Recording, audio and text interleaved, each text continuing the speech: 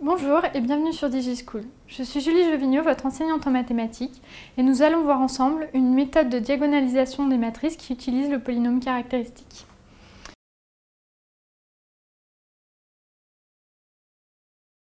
Donc maintenant, on calcule E de lambda 3, qui est quart de A moins 2 l'identité. Alors, c'est-à-dire, soit on cherche x, y, z qui appartiennent à R, tel que,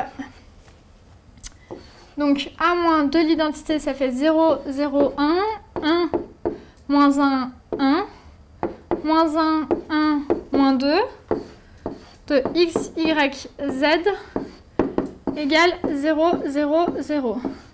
Ça équivaut à z égale 0, x moins y plus z égale 0 et moins x plus y moins 2z égale 0. Donc ça équivaut à z égale 0.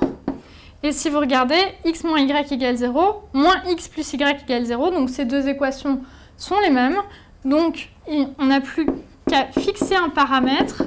Ici on peut fixer y égale t qui appartient à R par exemple. Et donc ça équivaut à z égale 0, x égale t et y égale t. Donc, le sous-espace propre associé à la valeur propre de, c'est vect de, et là, donc 1, 1 et 0. Donc, on a trouvé nos trois sous-espaces propres, et donc, on peut maintenant donner la matrice de passage. Donc, pour ça, on va rappeler quels sont les sous-espaces propres associés aux valeurs propres 0 et 1. Donc, on a rappelé les valeurs des valeurs propres et des sous-espaces propres associés. Donc, A est semblable à une matrice diagonale qui est D, qui vaut par exemple 0, 0, 0, 0, 1, 0, 0, 0, 2.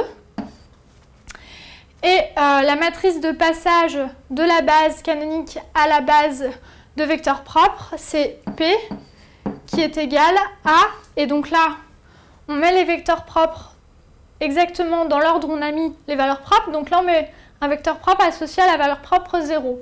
Donc, par exemple, 1, 1, moins 2. Ici, on met un vecteur propre associé à la valeur propre 1, c'est-à-dire, par exemple, 1, 0, moins 1. Et pour le dernier, un vecteur propre associé à la valeur propre 2, et donc 1, 1, 0.